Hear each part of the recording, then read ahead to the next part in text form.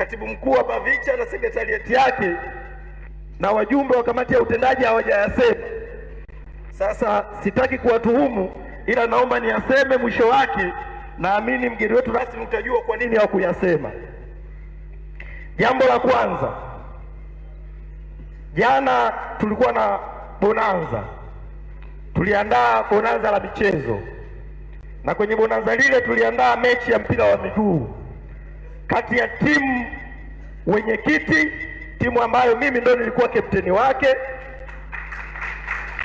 Wachezaji wa timu hiyo walikuwa ni wenye viti na vijana wote wenye ndoto ya kuwa wenye viti kwenye baraza la vijana kwenye ngazi zote. Kwa hiyo wajumbe wa kamati ya utendaji, kwa sababu wao ni wenye viti, wote walikuwa ni timu mwenyekiti, na kauli mbiu ya timu yetu ilikuwa ni katiba mpya na bora. Halafu timu ya pili ilikuwa ni timu katibu, kwa maana ya wachezaji wote walikuwa ni makatibu wa BAVICHA kuanzia ngazi za kanda, kuanzia katibu mkuu wa baraza la vijana wa CHADEMA taifa na makatibu wote wa BAVICHA na hata wale vijana wenye ndoto za kuwa makatibu wa BAVICHA. Hiyo ndio ilikuwa timu ya pili. Sasa matokeo, ndio maana nikasema sijui kwa nini jambo hili halijasemwa na wenzangu toka mwanzo. Halijasemwa, sijajua sababu ni ipi kati ya hizi mbili. La kwanza, matokeo yalikuwa ni magoli 3-2. Nikisema hivyo, naamini mtakuwa mmefahamu pengine kwa nini wao hawakusema matokeo haya na kwa nini mimi nasema.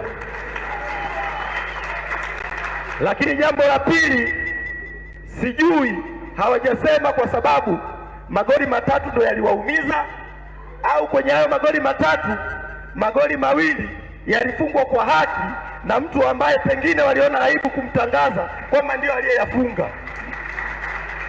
Na kwa sababu mimi nimesema hivyo, mnaweza kudhani, mnaweza kufikiria kwamba pengine aliyeyafunga magoli hayo ni nani kwa namna nilivyoyalemba. Mheshimiwa Makamu Mwenyekiti,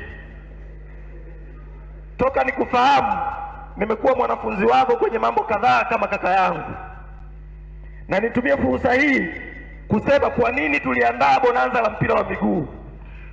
Miongoni mwa visa au historia ambayo nimewahi kukusikia ukiniambia ni kuhusiana na harakati za kudai uhuru kule nchini Afrika ya Kusini.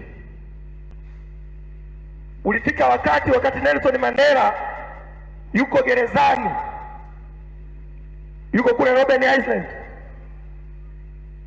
wapiganaji wengine wote nje walikatazwa kukutana eneo lolote. Lilitolewa katazo la kwamba kusiwepo na kusanyiko hata la watu 10, kwa sababu wale makaburu waliamini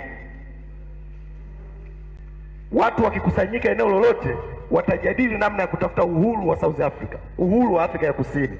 Kwa hiyo likatoka hilo tangazo, likatolewa hilo katazo. Lilivyotolewa hilo katazo, watu wa Afrika ya Kusini wakatafuta mbinu mpya ya mapambano, mbinu mpya ya kukutana, mbinu mpya ya kujadili maisha yao. Mbinu hiyo ilikuwa ni pamoja na kuanzisha timu za mpira wa miguu. Walikuwa wanakutana, timu zinacheza mpira. Wakati wa mapumziko, half time, makaburu wanadhani watu wanaambiana mawaidha kuhusu mechi, wao wakawa wanajadili namna ya kupata ukombozi wa taifa lao. Mheshimiwa Makamu Mwenyekiti, ulinieleza kisa cha yule mtoto mdogo anaitwa Stompi. Wale makaburu walivyoshtukia kwamba watu wanazungumza siasa, wakakatafuta katoto kadogo, kakawa kanaenda pale wakati wa mawaidha, kana tape recorder inase sauti za wanachokifanya pale au wanachokizungumza. Baadaye walipokuja kumgundua, yule mtoto alimuua. Sasa kwa nini sisi BAVICHA tumeanza na bonanza la mpira wa miguu? Mheshimiwa Makamu Mwenyekiti, tunafahamu kwenye taifa letu vijana wengi ni wapenzi wa michezo, vijana wengi wanafuatilia michezo. Kama Afrika Kusini wenzetu walivyoona wamezuiwa kujadili mambo magumu, mambo yanayohusu ukombozi wa nchi yao, walisema tukipata nafasi ya kwenda kusali tutazungumza ukombozi wetu kanisani, tutazungumza ukombozi wetu misikitini, tutazungumza ukombozi wetu kwenye mazishi. Na sisi BAVICHA tumesema tuanze na bonanza tukiwa na nia moja tu, kwamba vijana wa CHADEMA mkitoka kwenye kongamano hili ni lazima mjue ajenda ya kijana na katiba mnapaswa kuwapelekea vijana, na vijana wako kwenye mamipira, vijana wako kwenye betting, vijana wako kwenye maklabu, popote waliko vijana wafikishieni ajenda hii. Jambo la pili ambalo nilisema nataka niliseme kwa kulichomekea, naomba nitoe shukrani na pongezi kubwa kwa watu wafuatao, na kwa sababu nitakuwa na mgongano wa kimaslahi, naomba kwenye pongezi hizi mimi nisiwe sehemu ya watu hao wanaostahili pongezi hizi. Mheshimiwa Makamu Mwenyekiti na Katibu Mkuu, kama ikitokea siku chama hiki kitataka kuwathamini na kuwalinda vijana wa chama hiki, kianze kuwalinda viongozi wakuu wa BAVICHA wa sasa ambao ni makamu mwenyekiti wa BAVICHA Tanzania Bara, kaka yangu Nector Kitiga. Huyu Nector Kitiga kwenye baraza letu, na namshukuru sana kwa sababu yote tunayoyafanya kutoka kwake sisi tunapata uzoefu wa uongozi wa vijana. Amekuwepo kwa nyakati tofauti tofauti kuliko sisi wengine wengi. Kama kiongozi wa BAVICHA alikuwa ni mjumbe wa kamati ya utendaji ya BAVICHA kipindi kilichopita. Kwa sisi kwetu mara zote kama viongozi wakuu na kama kamati ya utendaji ya BAVICHA taifa, kwake tumekuwa tunavuna uzoefu. Na kaka yangu Nector, tunakushukuru sana na Mungu akubariki sana. Mtu wa pili ni makamu mwenyekiti Zanzibar, kaka yangu Rashid Abdalla.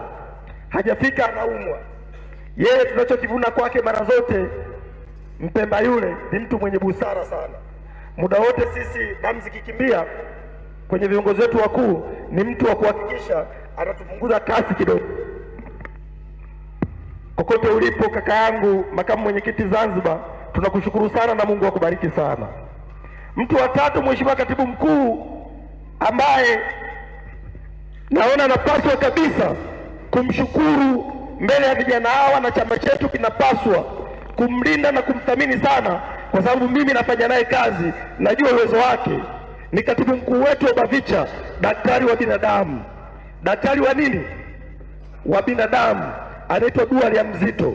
Katibu mkuu Dualia Mzito, tunakushukuru sana na tunathamini mchango wako. Kitu pekee ambacho tunakutana naye nacho kwake ni misimamo mizito, yaani kuna muda mpaka tunakasirika, lakini ni mtu ambaye amenyooka, lula ikasome. Mwingine ni naibu katibu mkuu wa BAVICHA Bara Zanzibar, hatuna Reverend Mbugi. Kitu pekee tunakipata kutoka kwake na tunathamini mchango wake. Yeye kwenye viongozi wakuu ni miongoni mwa kiongozi pekee ambaye umri wake ni mdogo kuliko sisi wote. Anatupa radha za chaso muda wote, anatutahadharisha sisi kama BAVICHA tufikirie vijana wenzetu wanaokuja tutawaachaje au tunafanya nini. Tunakushukuru sana Reverend Mbugi kwa hilo. Mtu mwingine ni mratibu wetu wa uhamasishaji, kaka yangu Ferius Festo Kinimi.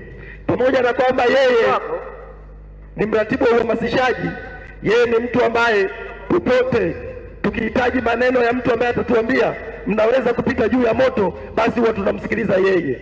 Yeye ni mtu ambaye mara nyingi anaona njia pasipokuwa na njia. Nakushukuru sana na Mungu akubariki sana. Mtu mwingine ni mtaalamu wetu wa sheria, kaka yangu Nicholas Mvanda, wakili msomi. Yeye mara zote amekuwa anatupa tahadhari za kufuata sheria na taratibu kwenye baraza letu, naye tunathamini mchango wake. Mtu wa mwisho ni kijana anaitwa Jeremia. Yeye ni afisa habari wa baraza letu. Jeremia, kokote ulipo, simama uwapungie watu mkono. Yeye ni kijana mdogo, juzi tu ametoka kumaliza masomo yake ya uandishi wa habari. Asante sana kaka, tunashukuru pia kwa mchango wako. Mheshimiwa mgeni rasmi, baada ya utangulizi huo mrefu, naombeni radhi kwa sababu leo ni siku ya vijana, kwa mtuvumilie.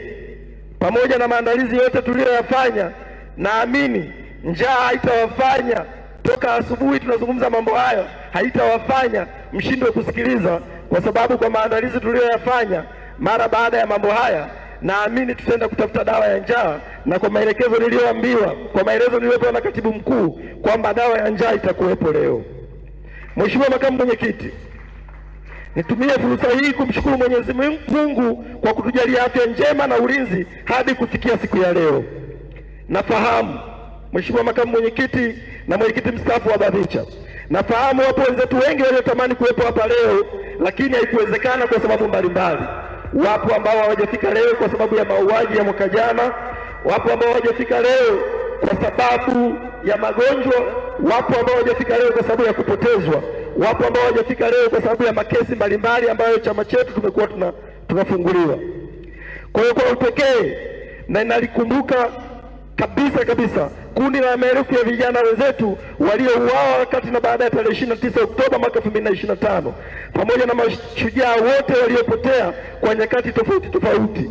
Pamoja na kwamba mwenyekiti wa kanda ya Pwani alisema tusimame kwa heshima dakika moja, naomba nisiwasimamishe tena kwa dakika moja, lakini niseme Mwenyezi Mungu azilaze mahali pema peponi roho za marehemu wote waliotangulia mbele, pumziko lilo jema na la milele. Wapendwa wote na mashujaa wetu hawa, tunawaombea wenzetu wengine wote waliopotezwa kwa